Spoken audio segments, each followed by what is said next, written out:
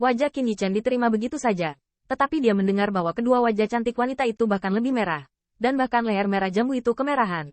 Bergerak di bawah sinar bulan yang cerah. Ini, apakah itu pantas? Lu Linghan menggigit giginya. Tetapi melihat Qin Yichen berpura-pura bingung. Aneh, bukankah kamu terbiasa tidur di tempat tidur dengan 1000 salju? Tidak, masalahnya sepertinya bukan pada 1000 adik perempuannya, kan? Ini tidak sepenuhnya benar. Tetapi Lu Linghan tersipu. Dan tidak bisa membantahnya untuk sementara waktu. Qin Yichen, di sisi lain, berkata, itu 1000 salju. Apakah kamu keberatan dengan Ling Ling? Aku tidak punya. Feng 1000 sangat pemalu sehingga dia tidak bisa berbicara. Tetapi wajah Qin Yichen kosong. Jadi apa yang membuat kalian berdua tersipu? Tidak bisakah kamu hanya ingin tidur dengan suamimu? Saya harus mengatakan bahwa pernyataan Qin Yichen benar-benar masuk akal.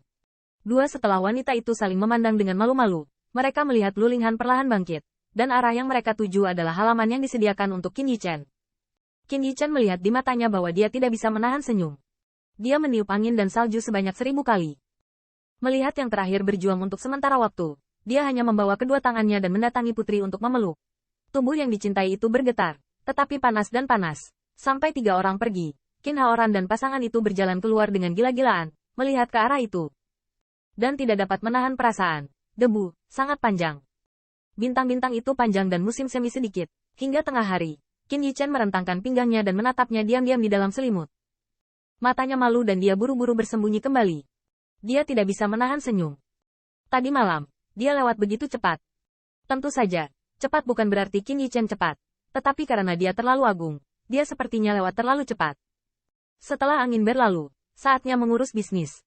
Pertama, Qin Yichen menemukan leluhur tua dan yang lainnya. Aula samping Seng Tianfu. Lei Qijin, Wu Xiao, Lei Yunyu dan Qing Ye hadir. Lei Lao, Wu Senior, kamu tidak perlu mengatakan apapun di antara kami. Ketika saya kembali kali ini, saya menyiapkan sedikit perhatian. Banyak terima kasih telah menjaga orang-orang saya selama ini.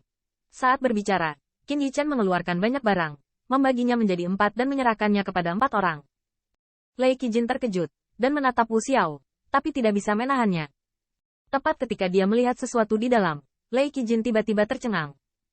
Tepatnya, dia aneh dengan harta karun itu, dan terkejut oleh True Origin yang agung. Qin adik, ini semua untuk orang tua itu? Lei Qijin mendongak tiba-tiba. Wu Xiao juga melihat ke arah Qin Yichen dengan ekspresi terkejut.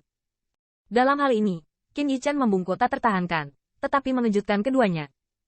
Meskipun saya tidak tahu apa-apa, saya yakin saya khawatir itu akan menjadi ranah yang akan membuat mereka menerobos.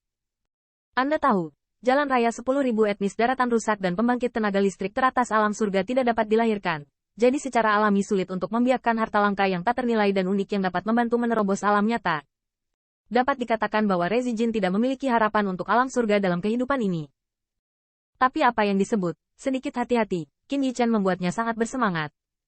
Qin adik, ini terlalu mahal. Patwa benar-benar tidak bisa memintanya. Kali ini kita bisa menghabiskan kesengsaraan ini. Terima kasih. Sungguh tidak tahu malu untuk menerimanya lagi. Memang ada sedikit ketekunan di antara kata-kata dua kaisar. Harta karun inilah yang terlalu menarik bagi mereka. Qin Yichen melambaikan tangannya. 1 yard ke 1 yard. 2 senior harus menerimanya. 2 orang saling memandang. Pada akhirnya, Lei Qijin menarik harta karun di depannya dan mengayunkan tinjunya. Adik Qin, lelaki tua itu telah mewarisi kemanusiaanmu yang besar. Dan aku tidak akan takut akan hal itu di masa depan. Nyatanya, Qin Yichen tidak menaruh minat pada wilayah keluarga kekaisaran Star Lion. Dan dia memberi Lei Qijin kegembiraan yang besar ketika dia memberikannya ke Liga Iblis. Tapi siapa yang bisa memikirkannya? Kemurahan hati Qin Yichen jauh di luar imajinasi mereka. Tentu saja, kedua kaisar tidak dapat membayangkan kekayaan alam. Alam surga mungkin tidak dapat dicapai oleh mereka. Tetapi bagi Qin Yichen, dia adalah karakter yang dapat berbicara dan tertawa dengan Kaisar Perang Utara. Tak perlu dikatakan, Lei Yunyu menerimanya dengan rasa terima kasih. Dan Qing Ye terkejut. Saudara Qin, saya minta maaf menerimanya. Qin Yichen mendengar ini, berpura-pura meninggalkan. Kamu masih menyesal? Anda tidak mengikuti rutinitas. Untungnya, Qin Yichen kemudian tersenyum dan menepuk pundaknya. Oke, kamu bisa menyimpan kata-kata liris itu antara kamu dan aku. Jika Anda harus mentoyaknya, Anda harus menikah terlebih dahulu. Percakapan berbalik. Qin Yichen berkata, tetapi jika Anda menerimanya, jangan biarkan saya memberikannya. Qing Yan segera menyatakan, Saudara Qin, Anda dapat yakin, Anda tidak boleh mengecewakan Anda. Meskipun ada harta karun, Itu tidak berarti hati Feng Rou pasti akan diperoleh. Tapi setidaknya, itu tidak lagi membuat Qin Ye merasa tidak nyaman di depan monster besar Phoenix Clan.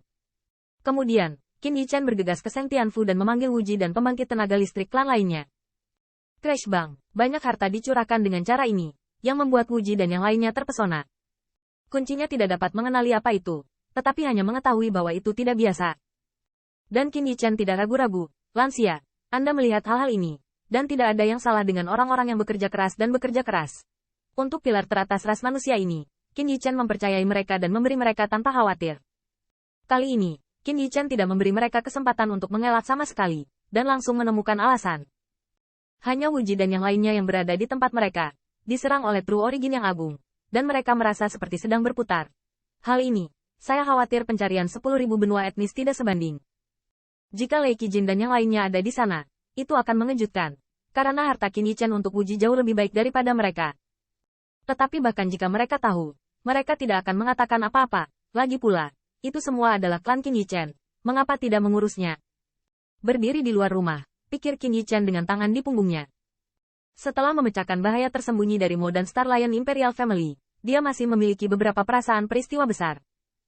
Salah satunya adalah penjelasan tentang tidak adanya pertempuran, dan dia sangat prihatin dengan pengoperasian kamar dagang compound dan Feile.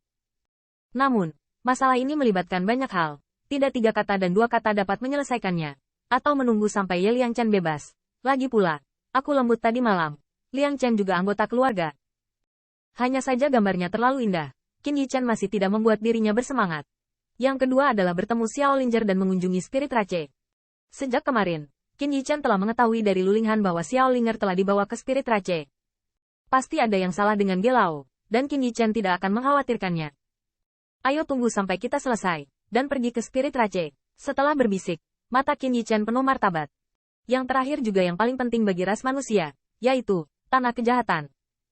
Untuk bahaya tersembunyi yang telah terkubur di bawah Seng Tianfu, Qin Yichan tidak berani mengendur sejenak, yang juga merupakan penyakit jantung dari setiap penguasa istana surgawi. Hanya memikirkan tempat kejahatan, hidung Qin Yichan tidak bisa menahan rasa asam. Tuan Istana Tua, jika Anda dapat hidup selama 10 tahun lagi, bahkan 10 tahun, Anda dapat melihat betapa bahagianya anak laki-laki itu membuat suku saya hari ini.